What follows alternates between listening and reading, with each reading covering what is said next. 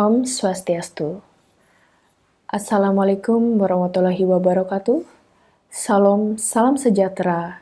Namo Buddhaya, salam kebajikan, Rahayu. Perkenalkan, saya Nyoman Ayu Permata Dewi, STRDS MSN, dengan nomor peserta NUPTK 0958277263230322.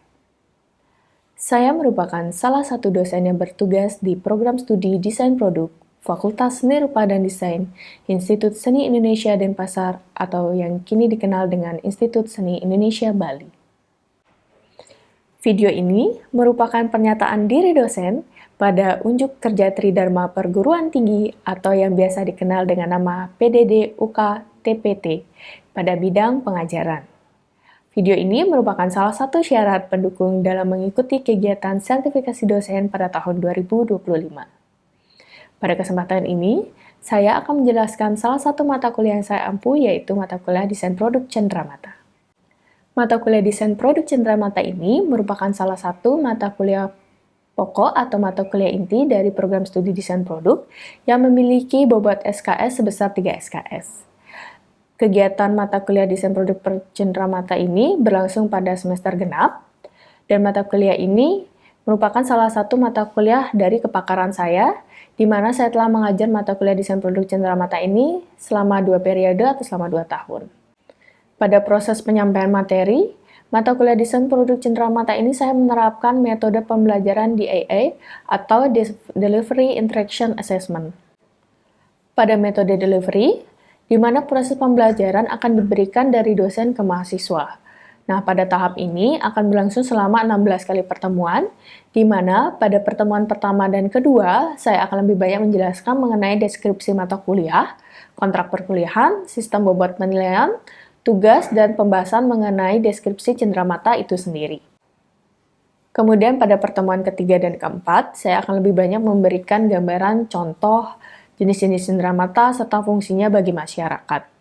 Kemudian akan dilanjutkan dengan penyampaian materi mengenai tahapan proses penciptaan suatu karya atau penciptaan suatu desain cenderamata pada pertemuan kelima hingga ke pertemuan 10. Nah, pada mata kuliah Desain Produk Cenderamata ini merupakan mata kuliah keahlian yang membekali mahasiswa dengan pengetahuan, keterampilan, dan pemahaman konseptual dalam merancang dan merealisasikan produk cenderamata yang memiliki nilai estetika, nilai fungsi, ergonomi, dan keunikan lokal atau suatu identitas dari daerah. Proses pembelajaran mata kuliah ini menerapkan metode project-based learning, yang artinya pendekatan pembelajaran berfokus pada keterlibatan aktif mahasiswa melalui pengerjaan proyek nyata yang relevan dengan konteks dunia kerja atau dalam kehidupan yang sehari-hari. Kemudian, mahasiswa akan diajak untuk melakukan eksplorasi pada potensi budaya, material, dan teknik produksi untuk menciptakan desain yang relevan dengan konteks pasar, pariwisata, dan identitas dari suatu daerah. Sehingga, mahasiswa ini dalam proses pembelajaran akan melakukan survei ke lapangan dengan mengunjungi langsung tempat wisata yang membutuhkan cenderamata. Kegiatan ini merupakan bagian dari metode interaction, di mana mahasiswa tidak hanya melakukan interaksi tanya-jawab atau diskusi di dalam kelas saja, tetapi langsung melakukan interaksi ke lapangan untuk melakukan simulasi proyek yang mungkin akan dilakukan di kedepannya setelah lulus perkuliahan. Kegiatan kunjungan lapangan ini berlangsung pada pertemuan ke-11, dan dilanjutkan pada pertemuan ke-12 dan ke-13 hingga 14, mahasiswa akan mendapatkan bimbingan dalam proses pembuatan konsep, desain, dan perwujudan karya. Pada tahap ini, saya selaku dosen akan banyak melakukan diskusi dengan mahasiswa terkait dengan teknik perwujudan produk tersebut. Hingga sampai pada pertemuan ke-15 dan 16, mahasiswa akan melakukan presentasi karya atau tugasnya. Luaran dari mata kuliah ini, mahasiswa wajib mengumpulkan 1 buah karya dengan pengantar karya atau laporan proses penciptaan karya yang merupakan dari proses pengecekan pemahaman dan pencapaian kompetensi mahasiswa. Luaran dari karya mahasiswa dalam mata kuliah ini tidak hanya berupa produk fisik yaitu produk cenderamata, tetapi juga dilengkapi dengan deskriptif naratif tentang proses penciptaan, dokumentasi foto, dan alasan pemilihan material dan tekniknya. Penilaian ini tidak hanya fokus pada hasil akhir, tetapi juga konsistensi ide, kemampuan menyelesaikan masalah, dan kedalaman eksplorasi konsep desain. Sehingga dalam proses assessment atau penilaian capaian pembelajaran mata kuliah ini dapat terukur dengan baik. Adapun capaian pembelajaran mata kuliah ini adalah mahasiswa mampu menguasai pengetahuan tentang desain produk cenderamata dan mampu mewujudkan gagasan tertentu ke dalam sebuah produk cenderamata, mengembangkan pemikiran yang logis, kritis, sistematis, kreatif, dan inovatif. Serta dalam menciptakan suatu desain produk cenderamata, mahasiswa harus menyesuaikan dengan tren yang ada atau yang sedang berkembang saat ini, mampu menggali dan mengembangkan desain produk cenderamata sesuai dengan perkembangan zaman. Selain dari nilai tugas, mahasiswa akan dinilai juga berdasarkan keaktifan partisipasi mahasiswa di dalam kelas tersebut. Nah, penilaian tersebut dengan nilai bobot 30%, dengan hasil karya bobotnya 40%, absensi 20%, dan tugas kognitif atau sesi tanya jawab sebesar 10%. Nah, demikianlah deskripsi dari mata kuliah desain produk cenderamata. Untuk melihat secara langsung proses belajar mengajar pada mata kuliah ini, kita akan langsung berinteraksi dengan mahasiswa, di mana saya akan menyampaikan materi mengenai pembuatan atau contoh prototipe desain produk cenderamata yang sudah saya buat sendiri. Nah, berikut adalah video pembelajarannya. Oke, selamat pagi teman-teman. Apa kabarnya? Oke, baik. Jadi hari ini di pertemuan cenderamata yang ke-14, saya sebelum-sebelumnya kan sudah menyampaikan kepada teman-teman bagaimana proses penciptaan suatu produk, khususnya untuk desain produk cenderamata. Nah, tetapi di sini, di pertemuan ke-14 ini saya akan memberikan satu buah contoh, di mana desain produk cenderamata ini saya juga mengangkat studi kasus yang sama yang seperti teman-teman lakukan.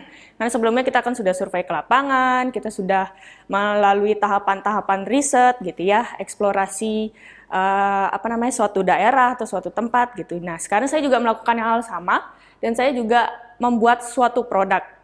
Jadi, saya tidak hanya memberikan kalian teorinya, tapi saya juga memberikan salah satu contoh praktek dalam pembuatan desain produk cenderamata dengan tahapan-tahapan yang sudah saya sampaikan di pertemuan ke-12 dan ke-13. Jadi untuk mata kuliah pada hari ini adalah contoh proses perancangan produk cenderamata. Produk yang saya buat itu salah satunya adalah papan permainan. Mungkin teman-teman tahu kan papan permainan banyak sekali bentuknya. Seperti catur, ada Scrabble, tahu Scrabble? Nggak tahu Scrabble? Yang lain kok gitu ya. Atau yang seperti yang saya buat sekarang, ada ular tangga. Kok Monopoly tahu? Nah, jadi sifatnya yang menggunakan papan itu disebut papan permainan. Gitu ya. Jadi yang saya buat contohnya adalah permainan Bali Heritage dengan konsep Jatiluwih Bali. Seperti yang sebelum-sebelumnya kita sudah pernah lakukan di pertemuan ke-11, 12, 13, saya kan sudah menyampaikan tahapan penciptaan desain produk, khususnya dalam desain produk cenderamata. Nah, di sini kita sudah sama-sama melakukan survei lapangan, itu ke Desa Jatiluwih, ya kan, di pertemuan ke-11. Kemudian kita sama-sama berdiskusi tentang eksplorasi desain. Mungkin beberapa teman-teman sudah mempunyai eksplorasi desain mau membuat apa gitu kan ya. Kita sudah diskusi kemarin. Nah, eksplorasi desain yang saya buat ini adalah membuat papan permainan, seperti yang tadi saya bilang. Tapi bagaimana pembuatan konsepnya dan bagaimana realisasi dari pembuatan produk cendeраmatanya tersebut. Nah, sekarang itu yang akan saya jelaskan. Supaya nggak ke sana teori-teori aja gitu loh. Jadi ada prakteknya langsung. Oke, jadi dari hasil survei yang saya lakukan di Jatiluwih sendiri, itu yang saya dapatkan adalah pertama sistem subak, kemudian ada bentuk persawahannya yaitu bentuknya terasering, ada budaya pertanian, ada ikon lokal di daerah Jatiluwih tersebut, kemudian ada potensi budaya yang bersifat potensi visual, dan ada potensi nilai lokal. Nih, sekarang saya bedakan dulu ya, potensi visual. Mungkin teman-teman ada yang tahu maksudnya potensi visual apa? Tidak tahu? Oke, kalau potensi visual itu sebenarnya segala sesuatu yang kita bisa lihat sendiri. Wujudnya, bentuknya, seperti apa. Jadi potensi visual itu ketika kita datang, kayak saya sekarang di kelas, potensi visual yang saya lihat adalah mahasiswa perempuan dan laki-laki. Menggunakan baju warna hitam, warna biru, warna putih, warna merah. Nah, itu potensi visual. Sedangkan potensi nilai lokal itu adalah kecerdasan dari teman-teman. Jadi saya untuk mengenal potensi dari nilai mahasiswa harus saya kenal satu-satu. Misalnya saya untuk mengenal potensi nilai dari Devi, saya harus mengenal Devi lebih dalam. Tapi kalau visual kita semua bisa melihat visualnya Devi seperti apa. Tapi sudut pandang nilainya Devi dengan saya atau dengan Dewi melihat Devi itu berbeda. Makanya potensi nilai lokal itu setiap orang mempunyai sudut pandangnya masing-masing. Nanti akan saya jabarkan apa yang saya dapatkan dari potensi nilai lokal. Oke, jadi dalam membuat konsepnya, saya pindah ke sini ya, kayak bingung gitu. Konsep desain tahapan proses konsep karya yang saya buat pertama adalah gagasan utama atau ide pokoknya, yaitu saya membuat desain produk cenderamata yang unik dan inovatif. Jadi kita sama-sama melihat di sana sudah ada cenderamata apa saja sih. Nah, di situ saya mencari ide, kira-kira cenderamata apa yang unik, yang inovatif, ada sebuah kebaharuan cenderamata yang saya buat gitu ya. Kemudian tetap memiliki unsur-unsur dari desain produk, yaitu memiliki nilai estetika, fungsional, dan ergonomi. Tapi karena ini cenderamata, kita harus menerapkan identitas lokal dari daerah tersebut. Makanya saya tetap mengangkat Jatiluwihnya. Kemudian untuk pemilihan bentuk, saya karena sudah memfokuskan akan membuat papan permainan, saya menelaah papan permainan itu apa aja sih yang ada. Kayak tadi saya bilang, ada monopoli kan sudah pasti tahu. Kemudian ada permainan ular tangga, ada Scrabble, ada catur, dan lain sebagainya banyak yang menggunakan bidak-bidak papan. Entah itu papannya bentuknya kayu atau kertas, mungkin teman-teman pernah lihat yang bentuknya bisa dilipat-lipat di kertas, itu termasuk juga papan permainan, tapi tidak terbuat dari kayu gitu ya. Nah, dari semua papan permainan itu saya memilih permainan ular tangga. Kenapa? Sederhananya potensi visual. Tahu apa? Kata ular tangga itu mengingatkan saya pada ular sawah. Sesederhana itu saya berpikir. Karena kalau kita bikin catur, kayaknya terlalu jauh untuk mengarah ke Jatiluwih gitu. Nuansa visualnya belum dapat. Jadi kalau membuat Scrabble itu kayak permainan kata, itu juga agak susah. Atau membuat monopoli bisa, tapi terlalu detail yang harus diangkat. Jadi saya membuat permainan yang sederhana, yaitu ular tangga, karena ketika first impression yang didengar dari kata ular tangga itu adalah kata ular, dan pikiran saya adalah langsung ular sawah gitu. Ya biar gampang berpikirnya gitu ya. Jadi untuk pemilihan bentuknya saya fokus pada papan permainan ular tangga. Dan ular tangga sendiri ini kan sudah sifatnya universal. Orang internasional atau orang nasional pun tahu yang namanya permainan ular tangga, karena konsepnya adalah ada tangga dan ada ularnya. Jadi semua sudah tahu sistem cara permainannya. Terus yang ketiga adalah pendekatan konsep karya. Ada potensi visual, jadi potensi visual yang tadi saya bilang, apa yang saya lihat di sana? Di sana saya lihat apa? Bentuk visual dari sawah. Ada gambar-gambar sawah yang mungkin akan saya aplikasikan di sana. Kemudian ada gambar hewan-hewan seperti sapi, ular, burung, atau bangau, akan saya aplikasikan di sana. Kemudian ada petaninya dan alat-alat pertaniannya. Itu visualnya. Mungkin teman-teman juga melihat hal yang sama di lokasi yang sama. Jadi untuk visual kita kurang lebih mungkin sekitar 80% akan melihat hal yang sama gitu ya. Sedangkan untuk potensi nilai lokal, kita membahas tentang konsep penerapan subak yang ada di Jatiluwih. Subak itu kan bukan sesuatu visual. tapi dia sifatnya adalah sistem organisasi yang non-visual, jadi dia ada nilai di dalamnya. Jadi itu menjadi salah satu potensi nilai lokal yang saya angkat. Kemudian ada konsep penilaian dari Trihatakarana yang ada di dalam konsep Subak itu sendiri. Dan dan salah satu dari nilai kalender Tike Bali. Itu adalah penerapan konsep nilainya dan bentuknya yang saya ambil. Jadi kita bisa membedakan bahwa ketika saya membuat produk, di mana-mana umum, ya, masyarakat umum tetap lebih suka ketika melihat sesuatu berdasarkan visual. Itu pertama. Jadi ketika kamu buat karya untuk cenderamata, khusus untuk cenderamata, first impression orang tetap harus dengan visualnya. Karena kalau tidak visual, kita tidak akan merasakan atau tidak terhanyut dengan produk cenderamata tersebut. Misalnya kayak kita buat cenderamata dari Borobudur, banyakan pasti bentuk dari Borobudurnya dibikin dari miniaturnya, supaya berasa itu lagi di Borobudur gitu, atau di Prambanan. Ya, jadi sebisa mungkin potensi visual itu menjadi dominansi dalam pembuatan karya, misalnya 50% dan nilainya 50%. Oke, sampai sini paham? Oke lah. Oke, selanjutnya kita dalam proses perwujudan produk. Ini sketsa. Ya, jadi kita membuat tahapannya ada 3. Yang pertama sketsa awal. Kemudian saya melakukan ilustrasi elemen visualnya yang lebih detail lagi. Sudah di coloring, sudah detail ada apa saja di dalamnya. Dan yang ketiga adalah penyusunan desain dari permainan papan ular tangganya.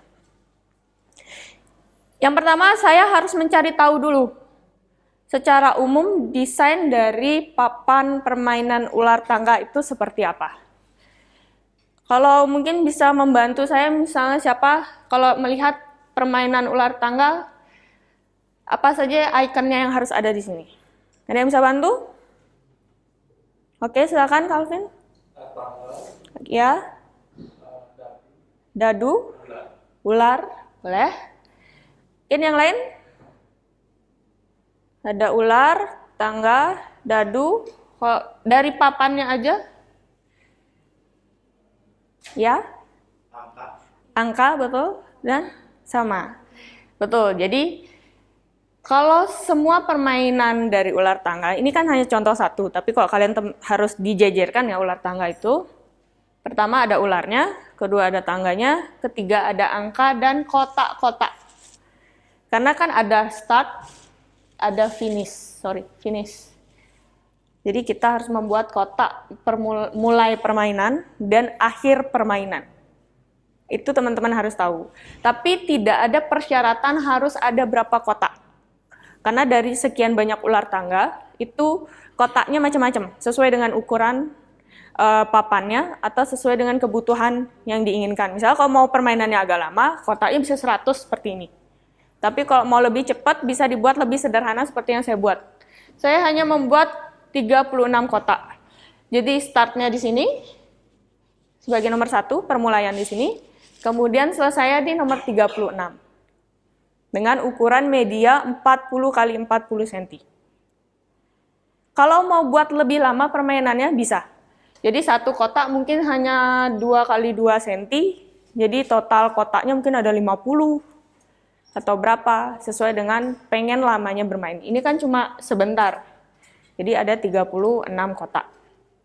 Kemudian saya menerapkan wajib ada ular dan ada tangganya juga, seperti yang tadi sudah disampaikan oleh Calvin. Masalah dadu, masalah bidak permainannya itu bentuknya beda-beda. Jadi tidak umum. Ada yang 1 dadu, ada yang 2 dadu. Itu tidak umum. Jadi suka-suka, tentatif sifatnya. Tapi yang umum harus ada ular, tangga, dan kotak. Permulaan hingga akhirnya berapa. Kemudian ada desain potensi visual dan potensi nilai lokal yang saya masukkan ke dalam desain. Ini sketsa dasar awalnya. Tadinya kan kita hanya kotak, lurus aja. 1, 2, 3 sampai finish. Tapi karena saya mengambil konsep kalender Tike Bali, bentuk lingkarannya, saya terapkanlah di sini. Ada lingkaran-lingkaran bentuk dari kalender Tikanya. Ini nanti akan dimasukkan lingkaran ada 2. Mungkin kurang jelas ya karena masih sketsa. Terus di sini juga saya menerapkan beberapa gambar-gambar visual seperti ular, ada bebek, ada kerbau, ada petaninya, kemudian ada alat-alat persawahannya, dan juga karena saya mengangkat konsep Trihita Karana, di sini ada kayak tempat persembahyangan Hindu. Jadi ada konsep ketuhanan dari sanggah yang saya buat di bagian awal. Kenapa sanggahnya saya pakai di utama atau tempat sembahyangnya di awal? Karena konsep dari Trihita Karana itu Tuhan nomor 1. Jadi mengawali semua kehidupan berasal dari Tuhan. Itu sebabnya sanggah itu saya taruh di bagian awal. Jadi tidak sembarangan meletakkan tiba-tiba naruh sanggah di nomor 28 gitu misalnya. Jadi penempatan sanggahnya pun sudah saya pikirkan. Dia kita taruh di bagian paling pertama karena membahas tentang ketuhanan. Kemudian baru dilanjutkan dengan hewan dan petani sebagai bentuk dari alam semesta dan manusia itu sendiri. Dan yang terakhir itu nanti ada beberapa bentuk-bentuk kayak alat pertanian, itu juga akan saya letakkan sesuai dengan desain supaya dia terlihat tetap harmonis, tetap estetika.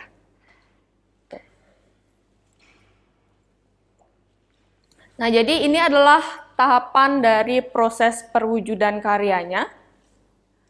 Di yang pertama ini sebenarnya saya menggunakan papan yang sudah lama juga. Itu adalah papan catur yang udah lama karena belakangnya udah rusak, belum saya finishing juga belakangnya. Jadi sebenarnya belakangnya dia sudah rusak. Dan beberapa bidak caturnya sudah hilang juga. Jadi daripada tidak terpakai, ini saya upcycle menjadi produk baru. Teknik yang saya pakai itu teknik namanya pasting. Pasting itu teknik art street kalau ada yang tahu. Jadi dia menempelkan kertas HVS UV dengan lem, kemudian dilapisi lem lagi. Jadi saya tidak menggambar manual. Kenapa? Karena akurasi desainnya itu saya harapkan bisa 100% dari desain awal yang saya buat, final desainnya. Seperti ini. Kalau saya gambar manual, takutnya akurasinya tidak menyentuh 100%. Karena detailnya kecil-kecil sekali. Ada sapi, ada ular, ada orang, ada segala macam. Jadi kan agak susah kalau detail manual dengan lukisan gitu ya. Jadi saya print, saya pasting di papan catur yang sudah lama ini. Jadi saya cek dulu ukurannya, sudah tepat belum.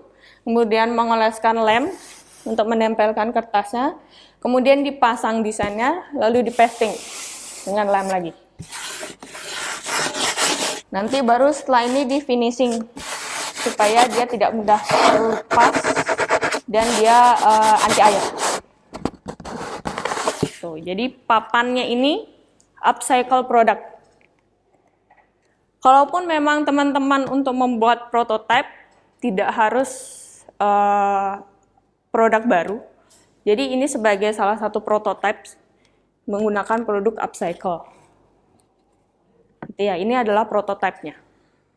Tapi kalau aslinya mau membuat dengan material kayu yang baru, masih bisa. Jadi sudah jelas ukuran visualnya berapa, produk kayunya seperti apa.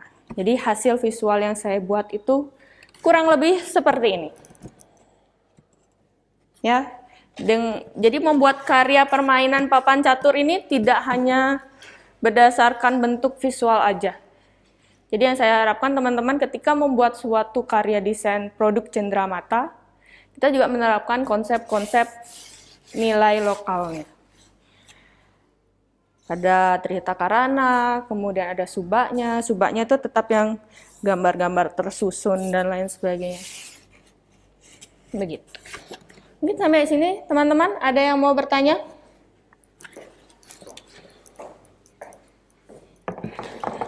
Atau mau ada yang lihat? Boleh. Jadi teknik pasting itu juga sifatnya upcycle. supaya kita tidak terlalu banyak menggunakan produk yang menghasilkan limbah. Jadi dia hanya kertas, di print. Kalau kita pakai cat, itu nanti akan ada limbah cat. Ada kuas yang juga menjadi limbah. Cairan cat itu kan menjadi limbah nanti. Itu pasting ini meminimalisir limbah juga. Oke, jadi final look-nya seperti ini, dan seperti yang temannya sedang bawa, ada fungsi dan ada nilai dari produknya. Bagaimana nilai edukatif tentang Jatiluwih sendiri, kemudian ada nilai budaya Jatiluwihnya di sana, kemudian nilai fungsi sebagai media interaktif dan cenderamata dari Jatiluwih, dan potensi untuk pariwisata dan komersil. Jadi yang namanya desain produk cenderamata itu tetap sifatnya harus bertujuan pariwisata dan komersil. Harus menghasilkan sebuah keuntungan. Gitu. Itu kenapa saya buat juga papan permainan, karena range usianya tidak terbatas. Jadi orang tua bisa, anak-anak bisa, perempuan bisa, laki-laki juga bisa. Makanya sifatnya dia akan komersil. Jadi siapa aja masih bisa mau membelinya. Gitu. Oke, dan ini pun kalaupun kita tidak mau membuat dari kayu, hanya dari kertas saja juga masih bisa. Karena yang kita jual tuh apa? Desain dari permainan ular tangganya, bukan papannya. Ya, jadi kan ada tuh yang pakai kertas biasa, itu juga masih bisa. Tuh. Jadi yang diharapkan sama saya adalah teman-teman bisa menerapkan hal tersebut dalam penciptaan produk cenderamata. Ya, supaya meningkatkan nilai jual dari daerah tersebut.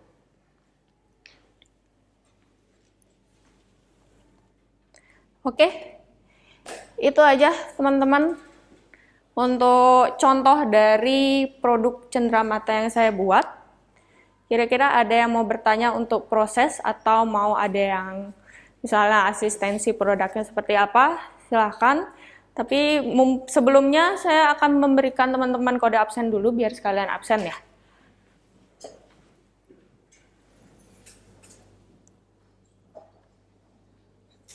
Oke, jadi sambil mungkin mau berdiskusi atau apa, silakan teman-teman absen dulu sesuai dengan kode absennya.